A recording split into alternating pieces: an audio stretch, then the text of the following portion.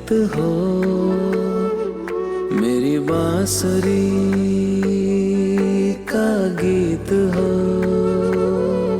तुम प्रेम हो, तुम प्रीत हो, मनमीत हो राधे, मेरी मनमीत हो।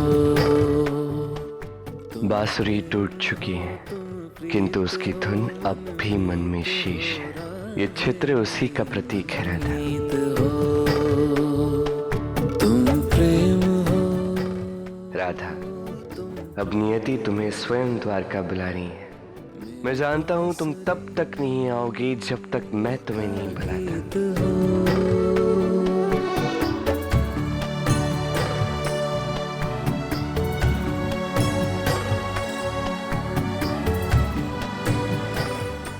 अब मैं तुम्हें बुला रहा हूं।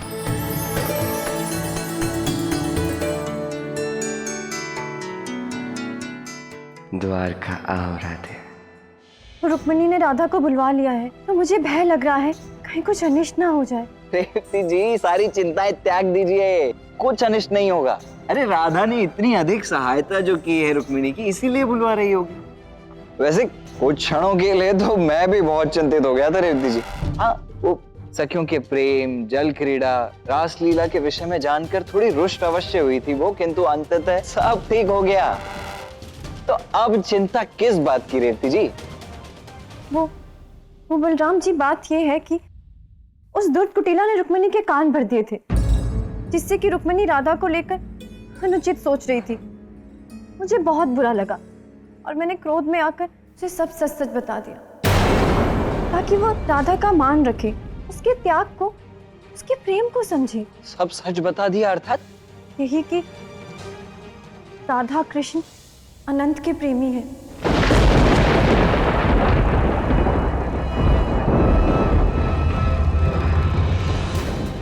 जो सत्य रुक्मिणी को वहां बरसाना में नहीं पता चला, वो आपने यहाँ द्वारका में ही उसे बता दिया। जानती हूँ बलराम जी, मुझे ये सब नहीं करना चाहिए था, किंतु मुझे लगा था वो समझेगी, और उसने तो स्वयं राधा को यहाँ बुलवा लिया। मुझे राधा की बहुत चिंता हो रही है, कहीं कुछ।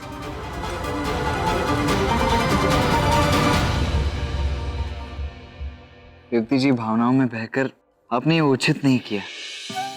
कितना कुछ सोचा था मैंने कि कान्हा अंततः राधा को संदेश भेज ही रहा है। अब राधा स्वयं हमारी द्वारका में आएगी, हम सबके मध्य, और अब तो मैं यही कामना करती हूँ कि राधा इस संदेश को स्वीकार ही ना करे और यहाँ आए ही ना।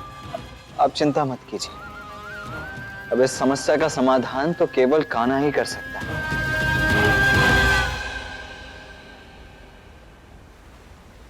कान्हा, तुम यहाँ क्या कर रहे हो? और क्या करूंगा, मेरी राधा की प्रतीक्षा कर रहा हूं। मत करो कान्हा, मैं तो कहता हूँ जो संदेश भिजवा रहे हो ना, वो भी मत भिजवाओ। वो रेवती जी से ना बहुत बड़ी सी भूल हो गई है।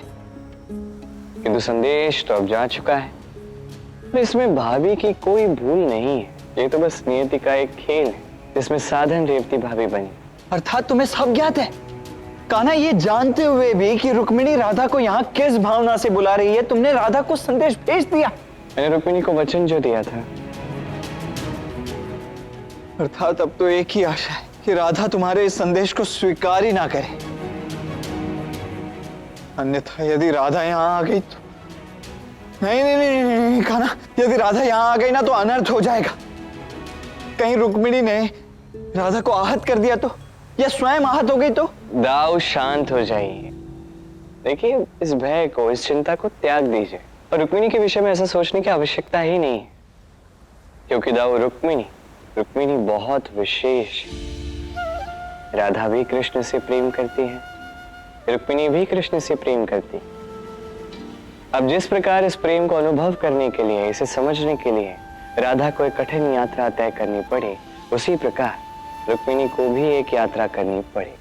और इस यात्रा के अंत में रुक्मिणी को स्वयं के विषय में, प्रेम के विषय में एक बहुत बड़ा ज्ञान प्राप्त होगा। और अब रुक्मिणी राधा कृष्ण की इस प्रेम गाथा का सबसे बड़ा और सबसे मुख्य अध्याय बनने वाली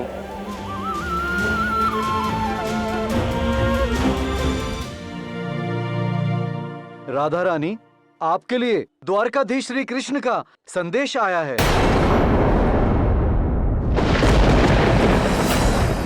क्या? मेरे कृष्ण, द्वारकाधीश का प्रथम संदेश।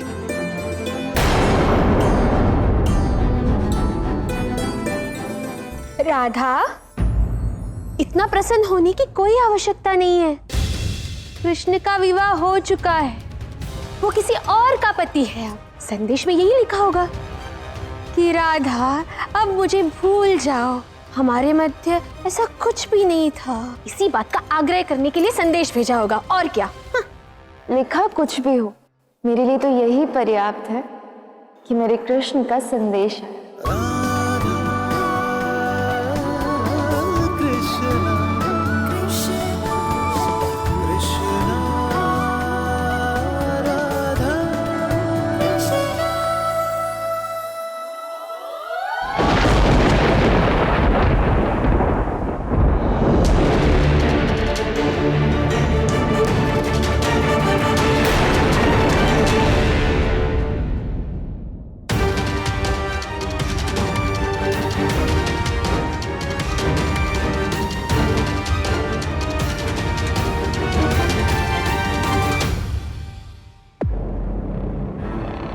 क्या लिखा था पत्र में? राधा को कृष्ण ने सच में द्वारका बुलाया है।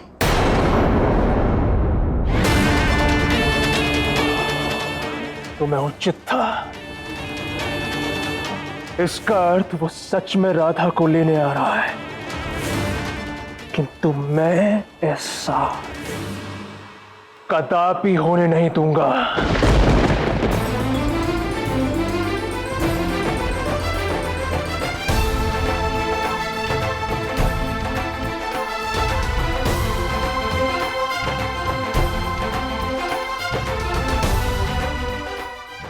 बांसुरी टूट चुकी है, किंतु उसकी धुन अब भी मन में शेष है। ये चित्र उसी का प्रतीक है। राधा, अब नियति तुम्हें स्वयं द्वारका बुलाएगी। मैं जानता हूं तुम तब तक नहीं आओगी जब तक मैं तुम्हें नहीं बुलाऊंगा। अब मैं तुम्हें बुला रहा हूं। द्वारका आओ राधे। रुक्मिणी ने स्वयं कहा है कि जब तक राधा नहीं आती तब तक हमारा ये विवाह संपूर्ण नहीं हो सकता। इसलिए मेरे इस निमंत्रण को शीघ्र स्वीकार कर शीघ्र द्वारका आ जाना राधा। तुम्हारा कृष्ण तुम्हारी प्रतीक्षा कर रहा है। मैं तुम्हें अधिक प्रतीक्षा नहीं करवाऊंगी कृष्ण। और वैसे भी यहाँ जो भी हुआ है उसके पश्चात मुझे अनुमान है कि रुक्मिणी ने मुझे वहाँ क्यों बुलाया है। फिर भी कृष्ण के बुलाने पर उसकी राधा अवश्य आएगी। मैं द्वारका शीघ्र ही जाऊंगी।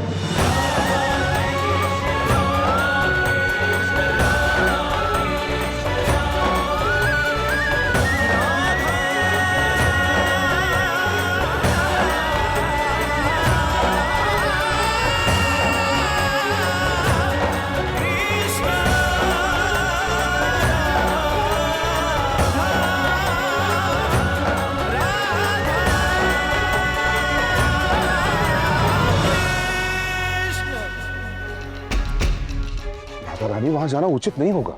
और नहीं तो क्या, कृष्ण ने बुला लिया और राधा सुध-बुध खोकर चल दी उस ओर। नहीं राधा, तुम अपने पति को छोड़कर उस कपटी कृष्ण के पास नहीं जाओगी। बाबा, कृष्ण के विवाह की विधियां पूर्ण नहीं हुई हैं और रुक्मिणी ने आग्रह किया है कि वो मेरे बिना विधियों को पूर्ण नहीं करेगी।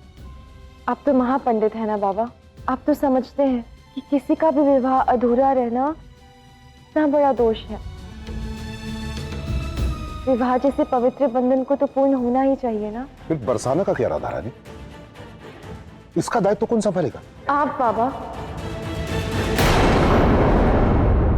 ऐसा हो सकता है कि कुछ लोग आपसे भावनात्मक बातें कर इस उपाधि और दायित्व को लेने का प्रयास करें। इसलिए आपको मुझे वचन देना होगा कि जब तक मैं नहीं लौटूंगी बरसाना की मुखिया आप ही रहेंगे। पुनः सोच लो राधा रानी, क्या वहां जाना आवश्यक है? हाँ बाबा, आप निश्चिंत रहिए, मैं शीघ्र ही लौट आऊंगी। अब मैं समझ गई राधा ऐसे अचानक क्यों जा रही है। बड़ी बड़ी बातें करना बहुत सरल है कि बरसाना का दायित्व मुझे कृष्ण ने दिया है, मैं इसे अंतिम श्वास तक निभाऊंगी और ना जाने क्या क्या। किंतु अब देखो, उसी बरसाना का दायित्व छोड़कर राधा जा रही है। जानते हो क्यों आयन? क्योंकि दिव्य द्वारका के सुख भोगने हैं इसे। अब बरसाना का अन्न इसे सूखा लगने लगा है, यहाँ का बिचौना इसे कष्टदायक लगने लगा है, वहां के सुख संसाधनों का लोभ इसे पुकार रहा है। द्वारकाधीश कृष्ण की द्वारका जाकर वहां का राजसी सुख भोगना चाहती है ये राधा।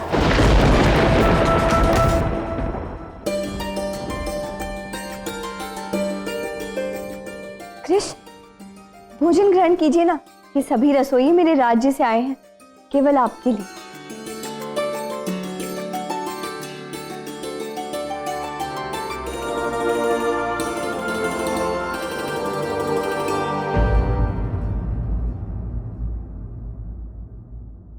दाओ, भाभी भोजन ग्रहण कर लीजिए। रुक्मिणी ने आज 56 भोग बनवाए। क्यों रुक्मिणी? आप लोग खाइए ना। दाओ,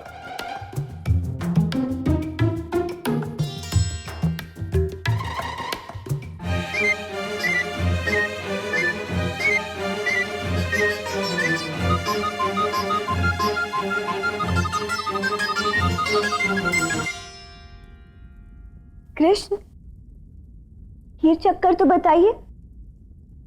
हमारे राज्य की खीर बहुत प्रसिद्ध है।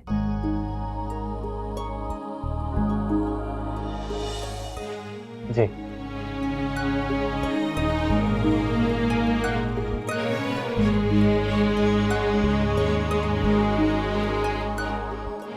कैसी लगी? रुक्मिणी, मैं दाऊ को देखकर तो ये कह सकता हूं कि सारे पकवान अति स्वादिष्ट बने, किंतु ये खीर इतनी अच्छी नहीं बनी।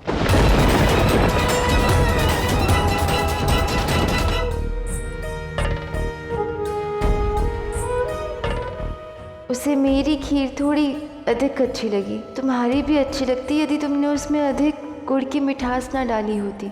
तुमने उसमें इलायची भी डाली थी, उसकी मात्रा अधिक थी।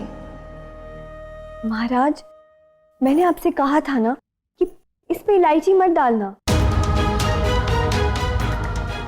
कृष्ण, आप चिंता मत कीजिए, अगली बार से मैं स्वयं ही खीर बनाया करूंगी, कम गुड़ और बिना इलायची वाली। रुक्मिणी, राधा की बनाई खीर की मुख्य और गुप्त सामग्री है उसका प्रेम। मुझे विश्वास है तुम शीघ्र ही उसे समझ जाओगी।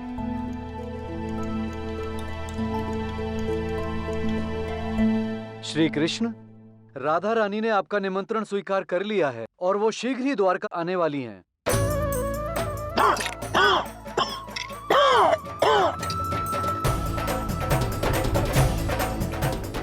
ये तो बहुत ही शुभ समाचार है।